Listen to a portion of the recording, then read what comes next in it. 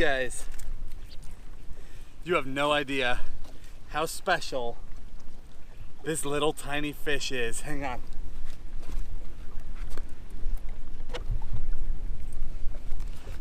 Or how important this rod is. I am so excited right now. I'm gonna let this little guy go. I'm gonna go tuck in out of the wind. And I'm gonna tell you something about bass fishing history that you probably do not know. This rod right here literally changed your bass fishing, and 99% of bass fishermen don't have any clue about it, and I'm gonna fill you in. This was an amazing moment in my bass fishing life. Hang on. All right, guys, that little 1-pounder was hands down one of the highlights of my bass fishing career. As crazy as that sounds, I'm gonna explain. Do not click out of this video.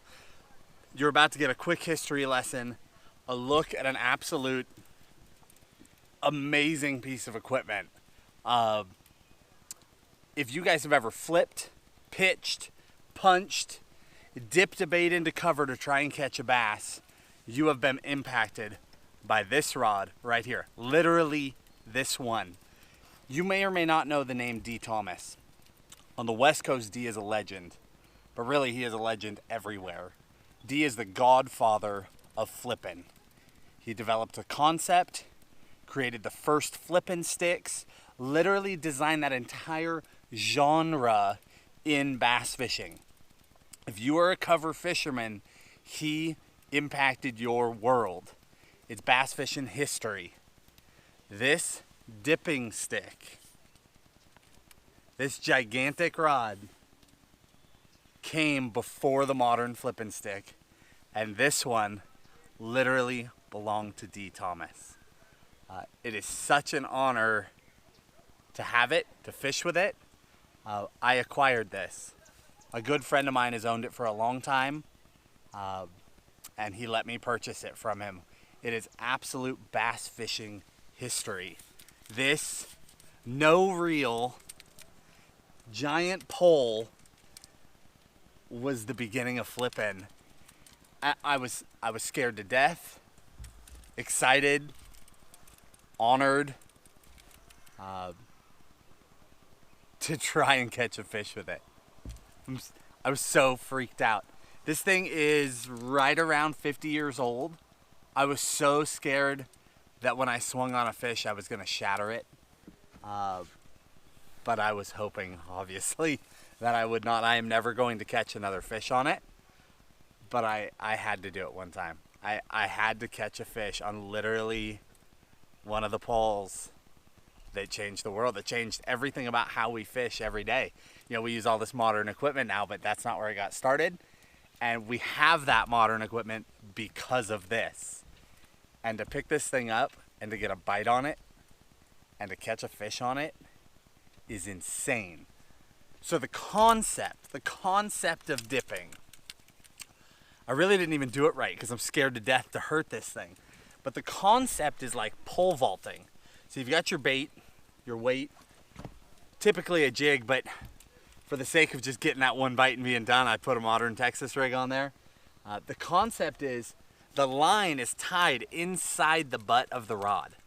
The line literally goes through the center of the rod, all the way out, and right there out the tip. There is no reel. And then comes down to the bait. The concept is that you have enough line out. You know that original flipping technique? Well, this is even before that. You have an exact amount of line, and you literally just dip it. You lower it into the water, and when you get a bite, think pole vaulting. You snap the butt of the rod, snap it down, lift the rod up. That gives you your hook set and your lift, and you just lift until that fish clears the cover, and then you tip back, and you just let them swing into you, and they'll come in around your belly, and then you just boop, drop them onto the deck. That's it. They can fight on the end of that rod, but they can't take any drag. There is no drag. So for today, it already had braid on it, but I tied a 30-pound fluoro leader on there.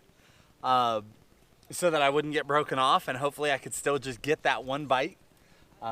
Instead of going straight braid, I wanted to make sure I got a bite because I did not want to do this ever again. But the concept, you just snap that, pop those fish up. So why was this so critical? Why did this change bass fishing? Well, check this out.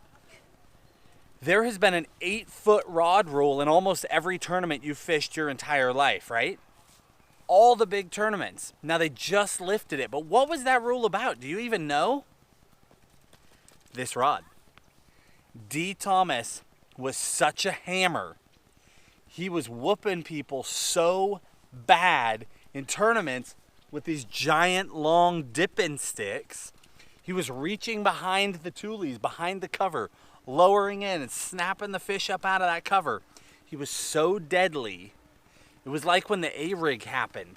He, by himself, was such a hammer that the industry wrote a rule to eliminate what he was doing. They literally said, you cannot do that anymore. We need a level playing field. And that's when he developed the modern flippin' stick. How crazy is that? When the industry is writing rules about you, you have arrived. So incredible. For some of you, this is a completely random video. Some of you will understand the importance of this. I'm almost emotional about it. Bass fishing is an important part of my life. This is pure bass fishing history. It is such an honor to have this. It was so insane to try and catch a fish on it. I'm so glad that it worked out safely. This will be on display. It will never make another flip or another dip ever. But such a remarkable experience to get to hold this thing, let alone hold a fish that it caught. Truly a rod and a style and a person that changed bass fishing forever. I wanted to share that with you guys. Tactical is about teaching fishing, but what is fishing without the history of fishing, right? That you need to know how we got here. I don't care if you're a 14-year-old fishing a pond in the Midwest, or a 60-year-old that just got into bass fishing, or a guy who's done this your entire life. That history is important. Where we came from is important. This is important. This is bass fishing. That was amazing. I'm so glad you guys could be there to see it happen. Unreal. Thank you guys. Hit that like button. Subscribe to the channel. We'll get back to our typical content. But what an experience. You guys have a good day. We'll talk to you soon.